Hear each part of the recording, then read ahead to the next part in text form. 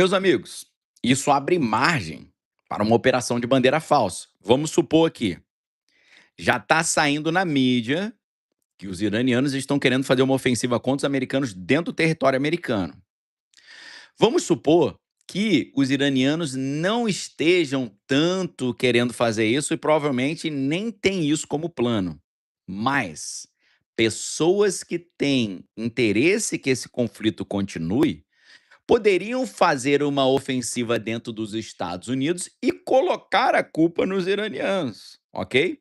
Aí você fala assim, ué, Daniel, mas quem teria interesse que esse conflito continuasse? Vamos dar uma resposta assim mais óbvia. Quem poderia ter interesse que esse conflito continuasse? Quem vende equipamentos bélicos.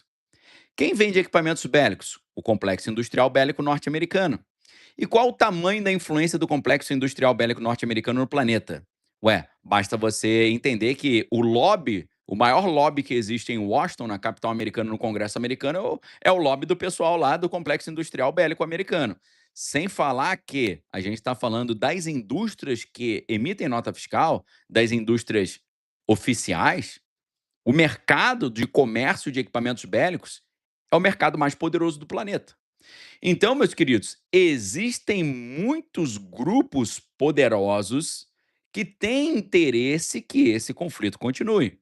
E pode ser que, quando eles olharem o clima baixando e eles pensarem assim: olha, vai acabar o conflito, eu não quero que acabe agora. Eles podem fazer algo contra os americanos e botar a culpa nos iranianos. E aí que está a grande preocupação, tá? Então, uma operação de bandeira falsa em larga escala nesse momento se torna algo também altamente provável, tá? E algumas pessoas estão dizendo que pode inclusive acontecer uma ofensiva de bandeira falsa lá no templo que existe no monte lá em Jerusalém. Vocês sabem que existe um desejo de reconstruir o Templo de Salomão. Só que o problema é que onde havia o Templo de Salomão e onde depois foi reconstruído o Templo de Herodes, que se tornou ainda maior que o Templo de Salomão, existe ali um templo religioso de outro grupo, dos barbudos do Oriente.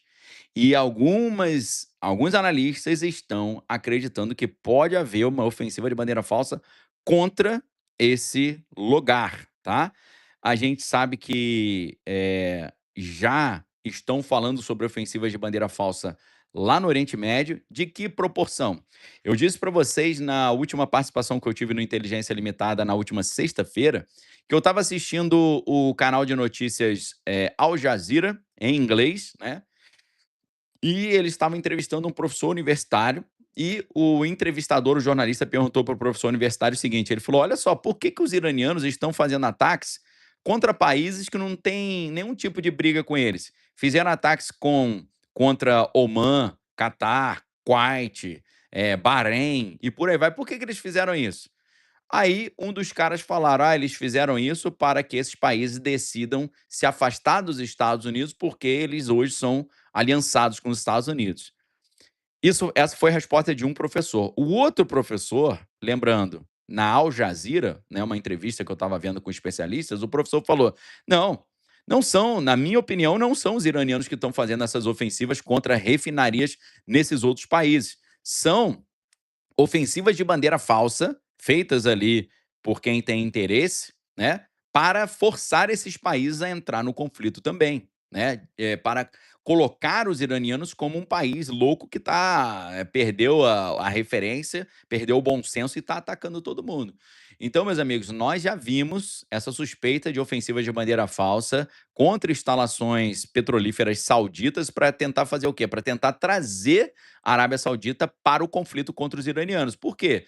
Vamos supor que os Estados Unidos queiram trazer para dentro do conflito também a Arábia Saudita, né, os Emirados Árabes, queiram trazer o Bahrein, queiram trazer o Catar, o Oman, queiram trazer todo mundo para dentro do conflito. Então, o que eles fazem? Eles fazem, poderiam fazer nesse cenário hipotético, os próprios americanos jogam um equipamento bélico contra os seus aliados para que os seus aliados achem que são os iranianos e decidam entrar na guerra ajudando os Estados Unidos, tá?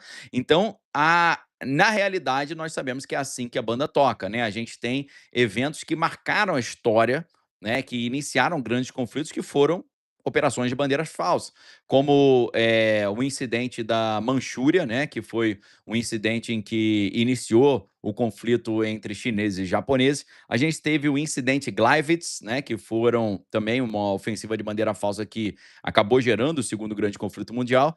E a gente teve vários outros aí também. Nesse sentido, o próprio ataque na Baía de Tonkin, que trouxe os Estados Unidos para dentro do conflito no Vietnã, tá? Então é assim que a banda toca. Quem conhece a história não repete os erros do passado. Então, os países do Oriente Médio que são aliados dos Estados Unidos e não querem entrar na briga, pode ser que eles, através dessas ofensivas de bandeira falsa, acabem sendo arrastados para dentro da encrenca, né? Então, para eles, para os objetivos dos Estados Unidos e do outros países do Oriente Médio, trazer esses outros países para dentro da encrenca é ótimo, né? Então, se acontecer nos Estados Unidos uma ofensiva de bandeira falsa no estilo do que aconteceu no dia 11 do mês 9 de 2001, isso aí, meus amigos, muda todo o cenário. Vai fazer o mundo que está pensando que o conflito está acabando entrar numa situação extremamente caótica, perfeito? E antes da gente continuar isso aqui e o negócio ficar ainda mais grotesco aqui na análise, eu gostaria de lembrar vocês que a Livraria Daniel Lopes está com promoção. Todos os meus livros estão com 45% de desconto, tá? Você precisa aproveitar. Se você gosta do meu material e não tem os meus livros, está dando mole. Inclusive porque nos meus livros fica fácil de você ver que tudo isso que está acontecendo eu falei antes. Porque aqui tem a data em que os textos foram escritos, tá? Nesse grupinho aqui dos 4 livros da sequência de estudos geopolíticos, a gente tem, primeiro de todos, A Beira do Abismo, Geopolítica, Globalismo e Fim do Mundo, que inaugura essa série de livros ali de análises geopolíticas. Não é aquela análise geopolítica padrão, que o cara faz uma análise assim, reativa, né? Acontece alguma coisa e ele tenta explicar o que aconteceu. Aqui não, aqui a gente faz análise geopolítica preditiva também. A gente identifica tendências, a gente identifica padrões, e identificando essas tendências e padrões, a gente consegue prever o que vai acontecer. Então, se você quer saber as coisas antes delas acontecerem e ver como é que eu tenho falado isso tudo antes, eu indico para vocês esses meus 4 livros aqui da sequência de estudos geopolíticos. A Beira do Abismo, Geopolítica, Globalismo e Fim do Mundo. 90 Segundos para Apocalipse, O Grande Reset e a Ordem Internacional Nova. A Jogada Final, Tecnologia e Política na Era da Desinformação. E O Teatro das Sombras, Bastidores de uma Aliança Global, tá bom? Todos esses livros na livraria.danielopes.com.br com 45% de desconto. Se você gosta das minhas aulas aqui, você vai gostar muito dos meus livros aqui também. Não tenham dúvida. E um outro livro que eu gostaria de indicar para vocês é esse aqui, que é o Terceiro Grande Conflito Mundial Já Começou, da Cristina Martim Jimenez, que vai te ajudar muito a fazer essa análise, beleza? Então, tá aí a dica para vocês, é só visitar o link da livraria.danielopes.com.br. O link tá aí no chat para vocês e a minha equipe também está compartilhando o link aí. Beleza, galera? Então vamos continuando aqui. A gente tem algo muito mais estranho acontecendo. Por quê? Eu vou repetir algo que eu tenho falado desde 2024. Meus amigos, o que está programado para acontecer era não apenas essa ofensiva dos Estados Unidos e de Tel Aviv contra os iranianos, mas isso evoluir para um conflito com o uso de equipamentos nucleares, perfeito? Nós temos notícias bem assustadoras vindas agora lá do Oriente Médio. Eu não sei se você já ouviu falar na cidade de Qom, Q-O-M, tá? Q-O-M. Q-O-M é a cidade mais sagrada para o determinado grupo lá dos barbudos do Oriente, os Chinitos, tá? Vou mudar o nome dos caras aqui, os Chinitos. Os Chinitos têm a sua cidade mais sagrada, a cidade de Qom, Q-O-M. E por que que isso é importante para nós hoje?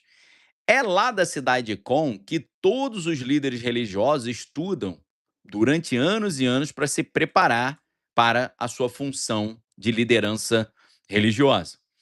E agora, a cidade inteira com centenas de milhares de habitantes, recebeu panfletos jogados do céu, ali por Tel Aviv, pelos Estados Unidos, ordenando que todo mundo evacue imediatamente a cidade, se afastando até um mínimo de 17 quilômetros de distância.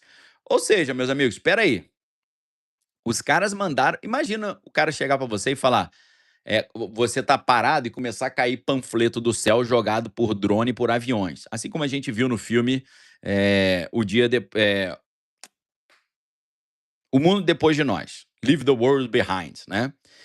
Meus amigos, imagina você estar aqui em São Paulo e começar a cair panfleto do céu dizendo assim: sai imediatamente de São Paulo e não se aproxime a menos de 17 quilômetros de São Paulo. Meu irmão, 17 quilômetros? Aí você pensa assim: peraí, se os caras estão mandando eu sair e eu ficar distante 17 quilômetros, que tipo de equipamento bélico que esse pessoal está querendo usar, hein? Vocês estão conseguindo entender o que está em jogo? Se os caras mandaram panfletos e mandaram ficar 17 quilômetros de distância, significa que eles estão querendo usar um tipo de equipamento diferente. Por que eles fariam isso, a não ser que eles estão planejando uma devastação em massa nessa cidade? Pode ser tudo apenas uma operação psicológica, pode ser algo só para botar medo nos caras da cidade como. Mas pode ser que tenha algo maior aí. Pessoal, bem interessante esse corte, hein? Se você gostou, não se esqueça de se inscrever no canal, dar o like e deixar sua opinião nos comentários. Até a próxima!